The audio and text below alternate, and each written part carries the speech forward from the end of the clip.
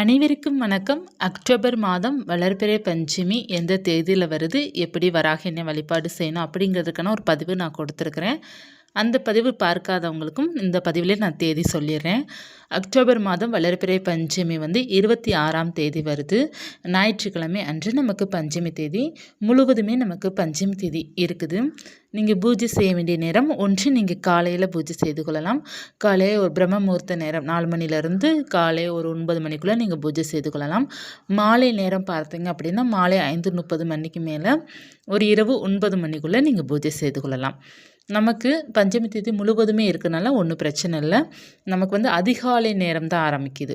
அதிகாலை ஆரம்பித்து அதிகாலையில் தான் நிறைவாகுது. தீபம் பார்த்தீங்கன்னா நமக்கு ஞாயிற்றுக்கிழமை இருப்பதனால வேலை வாய்ப்புக்காக வழிபாடு செய்பவர்கள் மற்றும் வேலை இருக்குது ஆனால் ஒரு நல்ல சேலரி இல்லை, ஒரு ப்ரொமோஷனே கிடைக்க மாட்டேங்குது, அப்படி இருப்பவரெல்லாம் கோதுமை தீபம் ஏற்றி வைத்து அந்த தானியங்களை பறவைகளுக்கு தானமாக கொடுக்கும்போது உங்களுக்கு நல்ல ஒரு ரிசல்ட் கிடைக்கும். மற்றபடி பார்த்தீங்க அப்படின்னா இன்னொரு தீபம் பார்த்தீங்கன்னா அரசு எல்லை தீபம் நம்ம ஏற்றலாம். நல்ல ஒரு கவர்மெண்ட் ஜாப்புக்காக அரசு எல்லை தீபம் ஏற்றுவது ரொம்ப சிறப்புக்குரியதாக இருக்கும். தீப வழிபாட்டில் பார்த்தீங்கன்னா தேங்காய் தீபம் அல்லது கோதுமை தீபம், அரசு எல்லை தீபம், வெல்லம் தீபம், நம்ம மருதாணி இலை தீபம், செம்பருத்தி இலை தீபம், இதில் ஏதேனும் ஒரு தீபத்தை நீங்கள் ஏற்றி வைத்து வழிபாடு செய்து கொள்ளலாம். இப்போது பார்த்தீங்கன்னா இந்த பதிவில் நம்ம பார்க்க போகிறது என்ன அப்படின்னா 5 மிளகு வைத்து நம்ம எளிமையாக செய்கின்ற ஒரு பரிகாரம் தான்.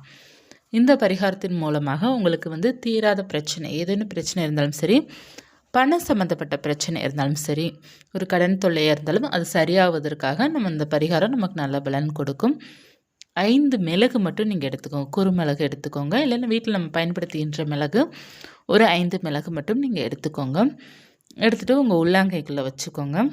வச்சுட்டு உங்களுடைய கடன் தீர வேண்டும், என்ன பிரச்சனை இருக்கோ அந்த பிரச்சனை நினச்சி அது சரியாக வேண்டும் அப்படிங்கிறத பிரார்த்தனை பண்ணிக்கோங்க. பிரார்த்தனை பண்ணிவிட்டு உங்கள் தலையை 3 சுற்று, வலது பக்கம் சுற்று 3 முறையும், இடது பக்கம் 3 முறையும் சுற்றிட்டு இதை ஒன்று நீங்கள் எரிச்சிடணும் அல்லது தூக்கி போட்டுறணும். இது நீங்கள் ஞாயிற்றுக்கிழமை மாலை நேரம் செய்யலாம், காலை நேரமும் செய்யலாம், அல்லது இரவு தூங்க போகிறதுக்கு முன்னாடி நீங்கள் செய்துவிட்டு தூங்கிக்கலாம்.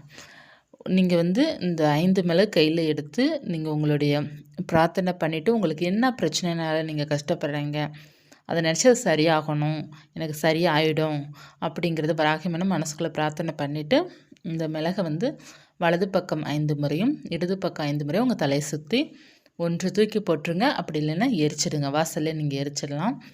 வாசலில் எரிக்கும்போது கற்பூரமும் ஒரு பச்சை கற்பூரம் துண்டு கூட சேர்த்து நீங்கள் எரிச்சிடலாம். வாசல்லையும் எரிக்கலாம், அல்லது பார்த்தீங்கன்னா நம்ம வீட்டுக்குள்ளே நம்ம எரிக்கணும்னு நினச்சோம், வாசல்லாம் எரிக்க முடியாது அப்படின்னா ஹாலில் இந்த மாதிரி உட்காந்து அதை எரிச்சிட்டு அந்த சாம்பலை தண்ணீரில் விட்டுருங்க. இந்த மாதிரி கூட செய்து பாருங்கள். தீராத பிரச்சனை தீரும். கடன் தொல்லையை முறிக்கும். கடன் பிரச்சனை இருக்குது, பணம் சம்மந்தப்பட்ட பிரச்சனை இருக்குன்னா தீர்வு உங்களுக்கு கிடைக்கும். நல்ல ஒரு வழிபாடு தான். இதை செய்து பாருங்கள். வராகி மட்டும் நீங்கள் மனதார பிரார்த்தனை பண்ணும்போதே உங்களுக்கு 99% பிரச்சனைலாம் வராகினே தீர்த்து வச்சுருவாங்க. 1% நீங்கள் கொஞ்சம் முயற்சி எடுங்க. ஏன்னா நம்மளும் கொஞ்சம் சரி பண்ணுறதுக்கு முயற்சி எடுக்கணும்.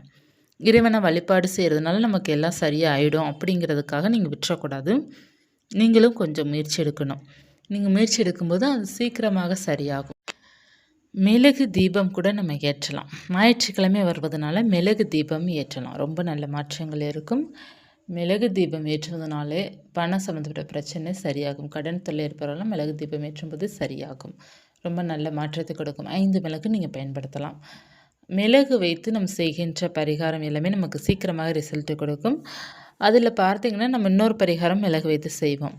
கடன் தொல்லை இருக்குது, பணம் சம்மந்தப்பட்ட பிரச்சனை இருக்குன்னு தீர்வதற்காக ஒரு கண்ணாடி பவுலில் கல்லுப்பு பரப்பிட்டு அதில் ஒரு 5 மிளகோ அல்லது கொஞ்சமாக மிளகு நிறையாவே எடுத்துக்கலாம், 11 இந்த மாதிரி கணக்கில் எடுத்து அதில் போட்டு வைத்து ₹1 நாணயத்தை ஒன்று வச்சுட்டு நீங்கள் வச்சாலும் உங்களுக்கு அந்த பிரச்சனைலாம் தீரும். அந்த மிளகையும் அந்த கல் உப்பையும் பார்த்தீங்கன்னா கொஞ்சம் நாட்கள் கழித்து, ஒரு வாரம் கழித்து, இல்லைன்னா ஒரு 11 நாள் கழித்து, ஒரு 21 நாட்கள் கழித்து கூட அந்த கல்லுப்பு அழுக்கு ஆகிற வரையும், அதாவது டஸ்ட்டு படிகிற வரையும் பார்த்தீங்கன்னா வைத்துட்டு அதற்கப்புறம் அதை எடுத்து நீங்கள் கால்பட இடத்துல போட்டாலும் உங்களுடைய பிரச்சனை தீரும்.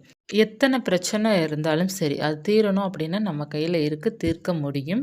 நம்பிக்கையுடன் செய்து பாருங்கள். வழிபாடும் நமக்கு பாசிட்டிவிட்டி கொடுக்கும். எப்போதையுமே பார்த்தீங்கன்னா, எல்லாமே சரியாகும் அப்படிங்கிற நம்பிக்கையில இருந்தா, அது சீக்கிரமா சரியாயிடும். நமக்கு மட்டும் தான் இப்படி இருக்கு, நமக்கு மட்டும் தான் இப்படி இருக்கே, நான் என்ன செஞ்சேன்? எதுக்கு இப்படி இருக்கு? அப்படிங்கிற அந்த நெகட்டிவிட்டி நம்ம யோசிப்போம் பார்த்தீங்களா? நெறையா வேற சொல்லி யோசிப்போம். அந்த மாரி யோசிக்க யோசிக்க நம்ம இன்னமும் போட்டு பார்த்தீங்கன்னா, அமுக்கிட்டு தான் இருக்கும் பிரச்சனை. இல்ல எல்லாம் சரியாயிடும் அப்படிங்கிற அந்த பாசிட்டிவிட்டியோட நம்ம இருக்க இருக்க இருக்க நமக்கு சரியாகும். இன்னொன்னு பார்த்தீங்கன்னா, ஓவர் திங்கிங் நம்ம பண்ணக்கூடாது. பிரச்சனைக்கு அடித்தளமே ஓவர் திங்கிங் தான்.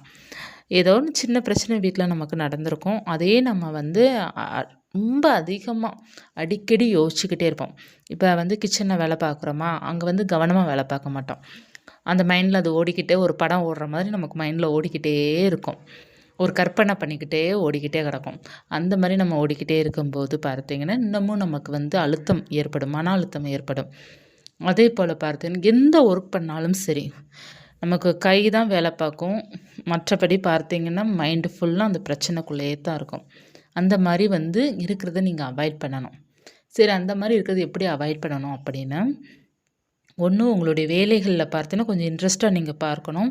அப்படி இல்லைன்னா உங்களுக்கு பிடித்தத பண்ணணும். இப்போ ஒரு சாங்ஸ் கூட நீங்க பிடிச்ச பாடல், ரொம்ப லைக் பண்ற பாடல் கேட்கணும். நெறைய பேர் கிச்சன்ல செய்கின்ற தவறு என்ன அப்படின்னா, நெறைய பேர் அப்படித்தான். ஒரு பாடல்களோ, இல்ல டிவில பாட்டு போட்டோ, இல்லன்னா வேலை பார்க்குறாங்கன்னு வச்சுக்கோங்கமே, அது எனக்குன்னேன்னு சாங்ஸ் ஓடிக்கிட்டே இருக்கும். நமக்கு மைண்ட்ல அதான் ஓடிக்கிட்டு இருக்கும். ஸோ அந்த மாரி இருக்கும். ஸோ நம்ம பிடிச்ச பாடல் கேட்கணும். இல்லைன்னா நம்ம நிறையா பார்த்தேன் ஷோஸ்லாம் நடக்குது பார்த்தீங்களா, நல்லா பேசுகிற மாரி ஷோஸ்லாம் நடக்குது. மோட்டிவேஷனா நடக்குது இல்லையா? அத போட்டு கேட்கணும். நமக்கு என்ன டாபிக் நமக்கு தேவைப்படுதோ அந்த டாபிக் போட்டு கேட்கும்போது, நமக்கு அந்த பிரச்சனைகள்லாம் குறையிறதுக்கான வாய்ப்புகள் நெறைய இருக்குது. அதாவது பார்த்தீங்கன்னா, நம்ம மைண்டு அத நினைக்காது. அத நினைக்காட்டாலே பிரச்சனை இருக்காது. நம்ம நினைச்சிட்டே இருந்தா தான் நமக்கு மன அழுத்தம் ஏற்படும். நினைக்காம இருந்தாலே அந்த பிரச்சனை இருக்காது. நம்ம கொஞ்சம் பார்த்தீங்கன்னா, பொறுமையாக இருக்கணும். இன்னொன்று பார்த்தீங்க அப்படின்னா, அமைதியாக இருக்கணும். பொறுமைங்கிறது பார்த்தீங்கன்னா, அந்த பிரச்சனையில ரொம்ப இது பண்ணாம இருக்கிறதுக்காக. அமைதிங்கிறது பார்த்தோம் அப்படின்னா, என்ன நடக்குதுன்னு பார்ப்போம் அப்படிங்கிற மாதிரி. ஸோ 2லயுமே நமக்கு டிஃப்ரெண்ட் இருக்கு. பொறுமைங்கிறது நம்ம கோபப்படாம இருக்கிறது. அமைதிங்கிறது நடக்கிறத வேடிக்கை பார்க்கிறது. இந்த 2யும் நம்ம பார்த்தாலே நமக்கு பிரச்சனை முழுவதும் சரியாகும். ஏன்னா நெறைய பேர் வராகி அன்னை வழிபாடு செய்யும் பக்தர்கள்லாம் பிரச்சனைக்காக தான் அதிகமாக அம்மனை வழிபாடு செய்றீங்க. அதற்காக தான் நான் இத சொல்றேன். இந்த பதிவு உங்களுக்கு பயனுள்ளதாக இருக்கும்னு நினைக்கிறேன். நான் சொல்கிறது கொஞ்சம் யோசிச்சு பாருங்க. ஏன்னா நெறைய பேர் கடன் பிரச்சனையோ, இல்ல குடும்பத்தில ஏதேனும் பிரச்சனையோ, பிரச்சனைக்காக தான் நீங்க அதிகமாக அம்மனை வழிபாடு செய்றீங்கன்னு எனக்கு நல்லா தெரியுது. ஏன்னா நெறைய பேர் கமெண்ட்ல சொல்றீங்க. நீங்க கடவுள வழிபாடு செஞ்சாலும் உங்க கையிலயும் ஒரு மாற்றங்கள் இருக்கு. நீங்களும் அதற்கேற்ற மாரி கொஞ்சம் மாறணும். அதிகமாக கோபப்படாமல் இருக்கணும். அதிகமாக பார்த்தீங்கன்னா, ஓவர் திங்கிங் பண்ணாம இருக்கணும். என்னதான் நடக்குதுன்னு பாருங்கமே. உங்களுக்கு ஏதாவது ஸ்ட்ரெஸ் இருக்குன்னு வச்சுக்கோங்களேன், நீங்க ஸ்ட்ரெஸ் ஆகக்கூடாது. நான் ஜாலியா இருப்பேன் அப்படின்ட்டு ஏதாவது காமெடி சீன் பாருங்க. உங்களுக்கு அப்படியே மைண்டு மாறும். கொஞ்சம் கொஞ்சமா மாற ஆரம்பிக்கும். ஓவர் லோடு எப்பவுமே ஒரு ப்ரெஷர் கொடுக்கும் பார்த்தீங்களா? அதே போல தான். நம்ம அதிகமாக நினைக்க நினைக்க நினைக்க நமக்கு அதிகமான பார்த்தீங்கன்னா தாக்கங்கள் இருக்கும். ரிலாக்ஸா இருங்க. உங்களுக்கு இறைவன் பிடிக்குன்னா, அந்த இறைவன மனசுல நினைச்சுட்டு பேசாம அமைதியா இருங்க. வாழ்வியல்ல ஒரு நல்ல மாற்றங்கள் இருக்கும். இது நான் அனுபவ ரீதியாக உங்ககிட்ட சொல்றேன்.